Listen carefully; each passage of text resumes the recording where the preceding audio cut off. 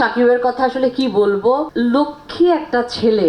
সব ঠিকঠাক মানুষ যখন একটি টিমে কাজ করে, যখন ছবিটা আসলে ভালো হতে বাধ্য। 12 বছর পর এসে কি হয় সেজন্য আর একটু অপেক্ষা করতে হবে।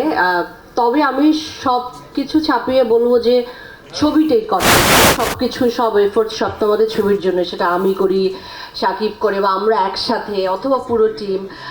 আমার মনে হয় আপনারা সেটার উত্তর পেয়ে যাবেন একদিন পরে। শুধু আমি এটুকু বলতে চাই যে আমি অনেক দিন পরে আবার একটি ভীষণ বড় এবং অ্যারেঞ্জ টিমের সঙ্গে কাজ করলাম।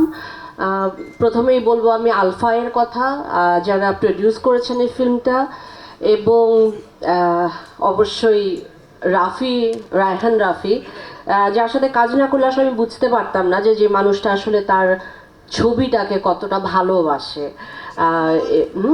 এটা আমি বলবো রাফির সম্পর্কে। এবং আমাদের যে টিম ছিল, আমাদের এন্টায়ার টিম, আসলে আমাদের আর্ট ডিপার্টমেন্ট, কস্টিউম, এবং আমি স্পেশালি বলতে চাই, আপনারা হয়তো ভাবছেন যে ধন্যবাদ দিচ্ছি, তা না, আসলে সব খুব স্ট্রং সবাই, সব ঠিকঠাক মানুষ যখন একটি টিমে কাজ করে, যখন ছবিটা আসলে ভালো হতে বাধ্য। এবং আমাদের যে সিনেমাটোগ্রাফি টিম ছিল দুর্দান্ত, সেটা নিশ্চয়ই আপনারা ঝলক বুঝতে পেরেছেন এর ভেতরেই।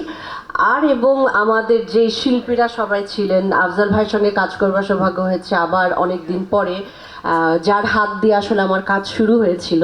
তারপরে আরও রয়েছেন আমাদের শ্রদ্ধেয় রাকায়েত ভাই আছেন, সুব্রতা আছেন, লাবলু ভাই আছেন, আমাদের রোজি আপা ছিলেন। সব এত গুণী মানুষের সঙ্গে আসলে কাজ করলে না, সব কাজ এমনিতেই ভালো হয়ে যায়। আর আমি আলাদা করে সাবিলাকে আমি সরাসরি পাইনি, যা একটু বলেই দিলাম, বাট আমার দুর্দান্ত লেগেছে ওর প্রেজেন্স, এবং আমি মুখে আছি আমি কখন ওকে বড় পর্দায় আসলে নতুন করে দেখব। আর সব শেষে সাকিবের কথা আসলে কি বলবো, আমি যখন 12 বছর আগে কাজ করেছিলাম, তখনও আমি দেখেছি যে একটা মানুষ আসলে, ও না খুব লক্ষ্মী একটা ছেলে। লক্ষ্মী ছেলে কেন বলবো, ও দেখুন, একদিক দিয়ে ও কাজের জন্য লক্ষ্মী, দুদিক দিয়েই বলছি কিন্তু ও থাকলে এটা আমাদের প্রজেক্টের জন্য লক্ষ্মী। ও আসলে একটা লক্ষ্মী ছেলে।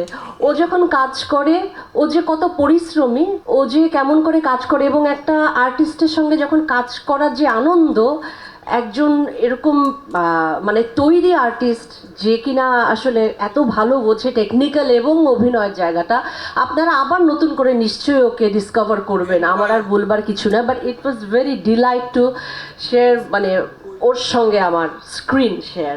Thank you Shakib, thank you so much. মানে it was a wonderful journey. আর সবশেষে থ্যাংক ইউ আপনাদেরকে, আপনারা নিশ্চয়ই আমাদের ছবিটিকে একটা অন্য জায়গায় পৌঁছে দিবেন। Thank you Roni, thank you Chorki, thank you so much.